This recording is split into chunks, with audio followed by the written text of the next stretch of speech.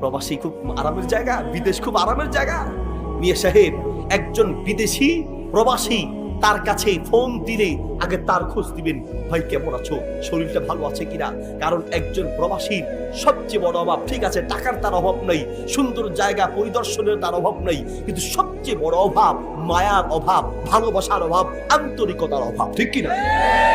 অসুস্থ হলে পরে সেই প্রবাসী লোকটাকে একটু মাথায় পানি দেওয়ার লোকটা খুঁজে পাওয়া যায় না। বহু প্রবাসীর জীবন এমন কেটেছে, সামান্য জ্বর হয়েছে, সেই জ্বরে একটু পানিটা নিয়ে খাবে সেই ব্যবস্থা হয় নাই। যে ঘরে ছিল একা, সেই ঘরে লাশটা পচে দুর্গন্ধ বের হয়েছে। তারপরে মানুষ বুঝতে পেরেছে যে এই ঘরে একটা মানুষ মারা গিয়েছে, ঠিক কিনা। কাউকে যে বলবে সেই লোকটা খুঁজে পায় না। আরে বাংলাদেশের জেলখানা ওই প্রবাসের চেয়ে ভালো আছে। বাংলাদেশের জেলখানায় তো 1-2 মাস পরে আত্মীয় স্বজন দেখা যায়, একটু খোঁজখবর নেওয়া যায়, কথা বলা যায়। কিন্তু বিদেশ এমন এক জেলখানা, সেখানে চাইলেও বছরকে বছর নিজের মা আর বাপ স্ত্রীকে দেখতে পারে না, ঠিক কিনা। বলবে হুজুর মোবাইলে তো দেখি, মোবাইলে দেখলে কি হয়, মোবাইলে দেখলে কি হয়। মোবাইল আর সরাসরি আল্লাহর এই 2 চোখ দিয়ে সরাসরি দেখা আর মোবাইলে দেখা 100 ভাগ পার্থক্য নয়, বরং লক্ষ লক্ষ গুণ পার্থক্য আছে।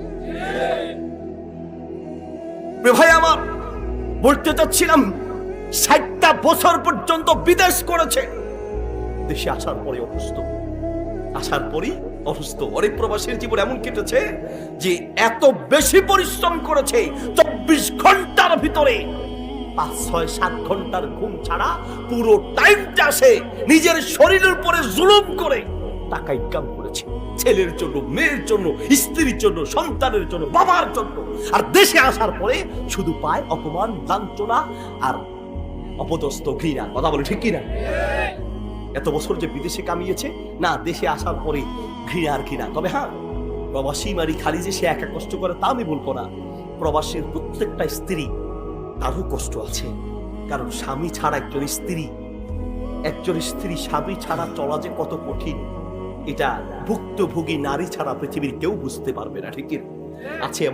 এমন অনেক দিনদার স্ত্রী আছে আলহামদুলিল্লাহ, চায় না স্বামীকে বলে স্বামী দেশে আসো, এত টাকার দরকার নেই, অল্প ইনকাম করবো, অল্প খাবো, অসুবিধা নেই, তারপরও পাশে থাকো, এমন স্ত্রীও আছে। আবার বহু জালেম স্ত্রী আছে, কোটি কোটি টাকা ব্যাংকে আছে, স্বামী আসার নাম নিলেই কয় তুমি আসতে দেরি হবে, আমি বাপের বাড়িতে যাইতে দেরি হবে। এমন জালেমও আছে।